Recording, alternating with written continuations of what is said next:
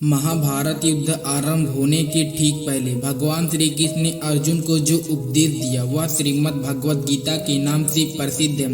गीता की गणना प्रस्थान त्रयी में की जाती है, जिसमें उपनिषद और ब्रह्मसूत्र भी सम्मिलित हैं। अतएव भारतीय परंपरा के अनुसार गीता का स्थान वही है जो उपनिषद और धर्मसूत्रों का है। उपनिषदों को गौ और गीता को उसका दूध कहा गया है। इसका तात्पर्य यह है कि उपनिषदों की जो आध्यात्म विद्या थी उसको गीता सर्वांश में स्वीकार करती है।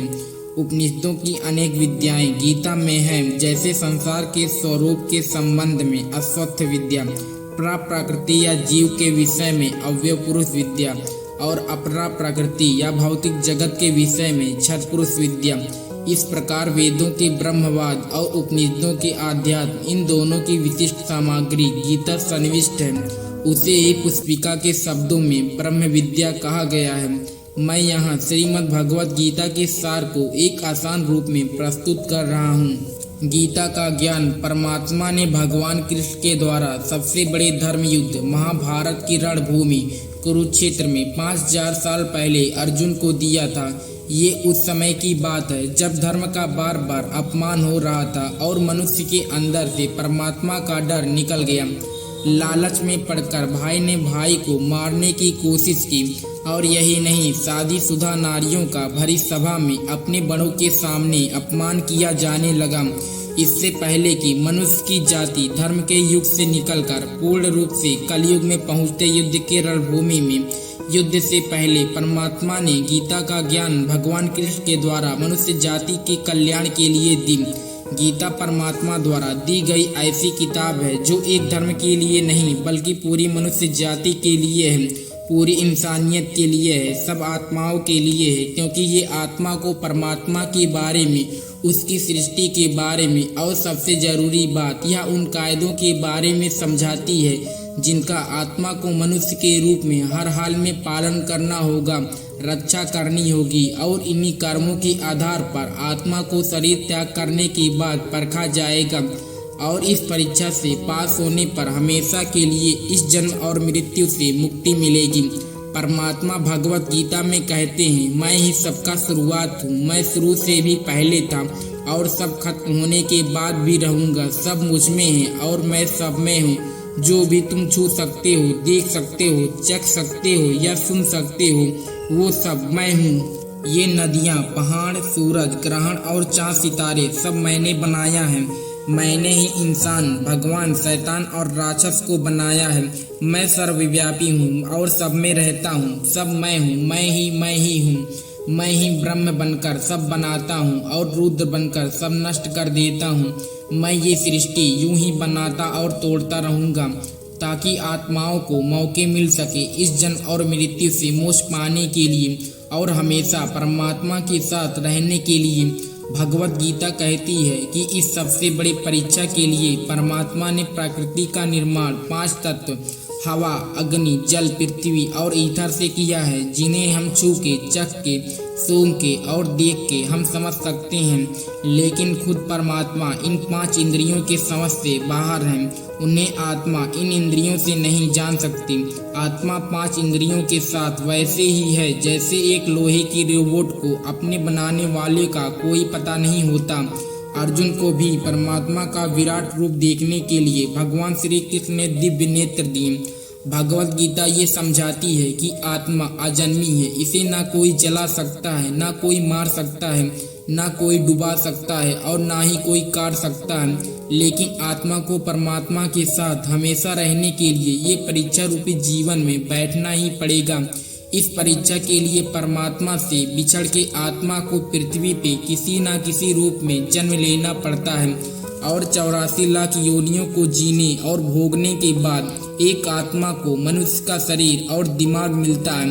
और यही नहीं, इस सबसे बड़ी मर्यादाओं की परीक्षा में बैठने के लिए हर मनुष्य को इस पूरी परीक्षा के दौरान तरह तरह की अच्छी और बुरी भावनाओं की चक्रव्यूह में अपने ही भाई बहन और मित्रों के साथ डाला जाता है, जिसमें हर आत्मा को अपने अंदर के तामसिक और राजसिक अवगुणों से निकल के सात्विक जीवन में प्रवेश करने के मौके मिलते हैं। हमारे तामसिक गुण वो हैं जो हमारे अंदर हीन भावना पैदा करके हम खुद को उदास और नुकसान पहुंचाते हैं और हमारे रासिक गुण हमें ईर्ष्यालु और लोभी बना के दूसरों को नुकसान पहुंचा सकते हैं।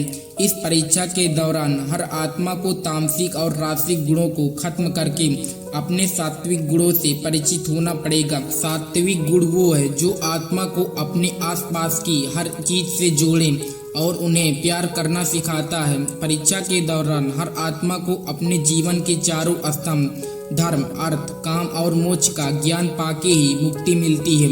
यही वो द्वार है जिन्हें समझकर ही आत्मा परमात्मा को समझ सकती है। पहला द्वार धर्म का है और शेर इसका प्रतीक है। धर्म वही है जो गीता में लिखा हुआ है। धर्म वही है जो धारण किया हुआ है, जिसे आपका दिल मानता है, जैसे झूठ नहीं बोलना, चोरी नहीं करना, भगवान का निरादर नहीं करना, दूसरों को नुकसान नहीं पहुंचाना। यही सब धर्म है और हर आत्मा को अपने जीवन काल में हर समय धर्म का पालन करना होगा और उसकी रक्षा करनी होगी। दूसरा द्वार अर्थ का है और घोड़ा इसका प्रतीक है। हर आत्मा को अपने जीवन काल में अपनी पृथ्वी पर होने का अर्थ या मूल कारण समझेगी।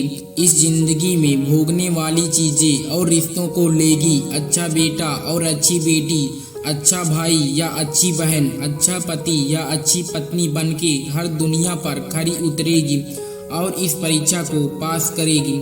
तीसरा द्वार काम का है। भगवत गीता समझाती है कि हर मनुष्य के अंदर काम, क्रोध, लोभ, मोह, अहंकार और ईर्ष्या जैसी 6 भावनाएं हमें अपने और दूसरों के प्रति नुकसान पहुंचा सकती है। इन भावनाओं को हर मनुष्य को हमेशा अपने नियंत्रण में रखना होगा, क्योंकि इनके बहाव में किया गया कोई भी काम हमारे जीवन भर की परेशानी का कारण बन सकता है और एक आत्मा संतोष और सादगी से इन भावनाओं पर हमेशा के लिए विजय पा सकती है। चौथा स्तंभ मोक्ष का है और हाथी इसका प्रतीक है। इस परीक्षा रूपी जीवन में हर मनुष्य हर समय कुछ इच्छाएं रखता है। कुछ इच्छाएं एक ही जन्मकाल में पूरा हो जाती हैं, पर कुछ अधूरी रह जाती है और उनको पूरा करने के लिए आत्मा को वापस पृथ्वी पर आना पड़ता है। भगवत गीता समझाती है कि हमारी इच्छाएं ही मूल कारण है हमारे पृथ्वी पर वापस आने का, और अगर हम कोई भी इच्छा न रखें तो हम इस जीवन और मृत्यु से मुक्त हो सकते हैं। ये द्वार माफी का भी है। जिन्होंने आपके साथ बुरा किया उनको माफ करके और जिनके साथ आपने बुरा किया उनसे माफी मांग के मुक्ति पाई जा सकती है। जब तक आत्मा इन चारों दरवाजों धर्म, अर्थ, काम और मोक्ष को समझ नहीं लेती, तब तक आत्मा को बार बार इस मनुष्य के रूप में आना ही पड़ेगा। परीक्षा का समय खत्म होते ही आत्मा शरीर और अन्य वस्तुओं का त्याग कर देती है। जो भी इस संसार में रहकर बनाया है वो अब किसी और का होगा और आत्मा अपने कर्मों के फैसले के लिए चली जाती है। आत्मा के अच्छे बुरे कर्मों का हिसाब होता है। अपने अच्छे कर्मों के लिए आत्मा कुछ वक्त के लिए स्वर्ग और बुरे कर्मों के लिए नरक चली जाती है और नरक में आत्मा को अपने पापों के अनुकूल सजाएं मिलती हैं। पर सजा खत्म होने के बाद फिर आत्मा को फिर से एक नया शरीर और नया दिमाग मिलता है इस परीक्षा में फिर से बैठने के लिए, और हर परीक्षा में वही सब फिर दोहराया जाएगा। जिंदगी के 4 स्तंभ धर्म, अर्थ, काम और मोक्ष को समझने के लिए हर जन्म में अपने कई जन्मों के कर्मों के हिसाब से हर आत्मा को कभी अच्छे तो कभी बुरे हालातों से जाना पड़ता है। लेकिन जब तक आत्मा परमात्मा के साथ योग को नहीं समझ लेती तब तक वो मुक्ति नहीं पा सकती। भगवत गीता समझाती है कि मनुष्य अपने शरीर, दिमाग या दिल से भगवान को पा सकता है। शरीर द्वारा किए गए कर्मों के माध्यम से परमात्मा को पाने को कर्मयोग कहते हैं। ऐसे कर्म जो परमात्मा की इच्छा से हो और दूसरों के कल्याण के लिए हो।